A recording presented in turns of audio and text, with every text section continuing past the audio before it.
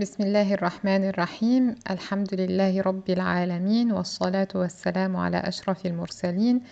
If you've studied Tajweed but you still feel that you're struggling with some of the Makharij of the Arabic letters, then this series of videos is for you.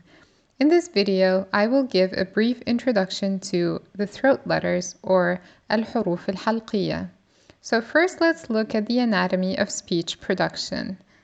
Here we have the lips, the tongue, the hard palate, the soft palate, and at the end of the soft palate there's the uvula. Down here we have the two vocal cords, also known as the vocal folds, and the space between the vocal cords is called the glottis. The vocal cords and the glottis are parts of the larynx, and you have the epiglottis. So let's look at swallowing. Why do we care about swallowing? I will get to that in a minute, inshallah.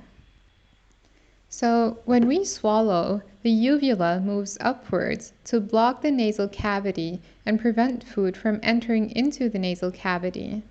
Also, the larynx moves upwards and the epiglottis covers the glottis to block food from entering into the larynx and into the trachea, to the respiratory tract. So we care about swallowing, first because it helps you locate your larynx. If you put your fingers on your neck and swallow, you'll feel that something moves up and down. This is your larynx. The other reason why we care about swallowing is because the movement of the epiglottis towards the back wall of the throat is very similar to the movement that happens when we pronounce the letters Ain and Ha, as I will explain in a later video, inshallah. So we have 6 throat letters. Hamza and Ha come from the furthest part of the throat where the vocal folds are located. Ain and Ha come from the middle part of the throat where the epiglottis is. Ain and Ha come from the nearest part of the throat, which means nearest to the mouth.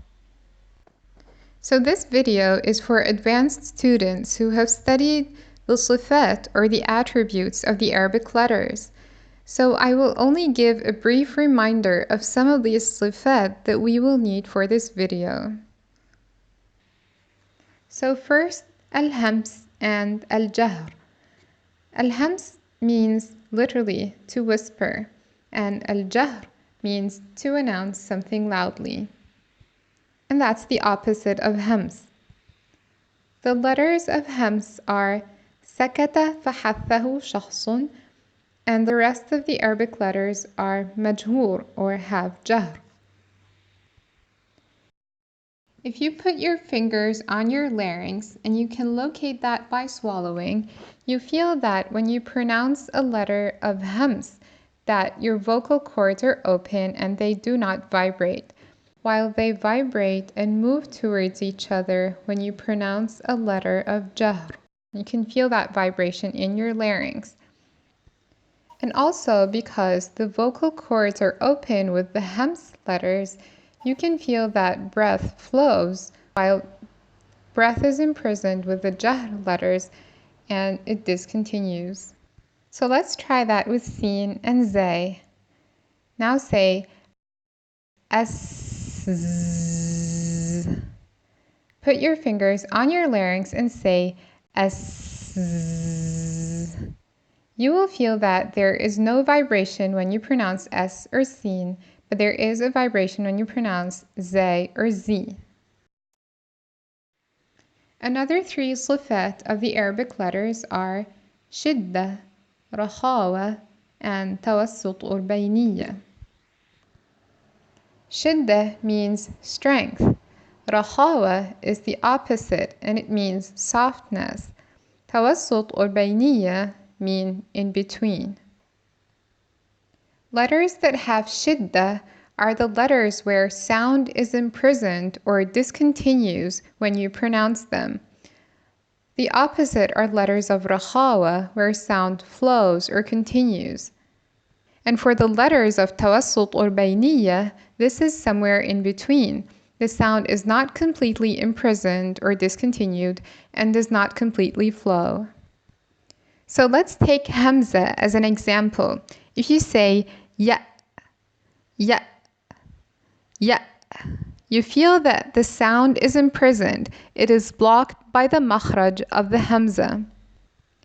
Also, if you say yat, yad, without the qalqala, the sound is imprisoned in all of these letters. If we take an example of a letter that does not have shidda and does not have tawassut or bayniya, it has rakhawa. Let's say sin, for example. S. You feel that the sound flows. If we take a letter of tawassut or bayniya, let's say lam, for example. For lam, sound is blocked by the tip of the tongue, but it can flow through the sides, so it is not completely imprisoned and does not completely flow. Same goes for ayn, where the sound is partially blocked by the epiglottis, but it can still flow.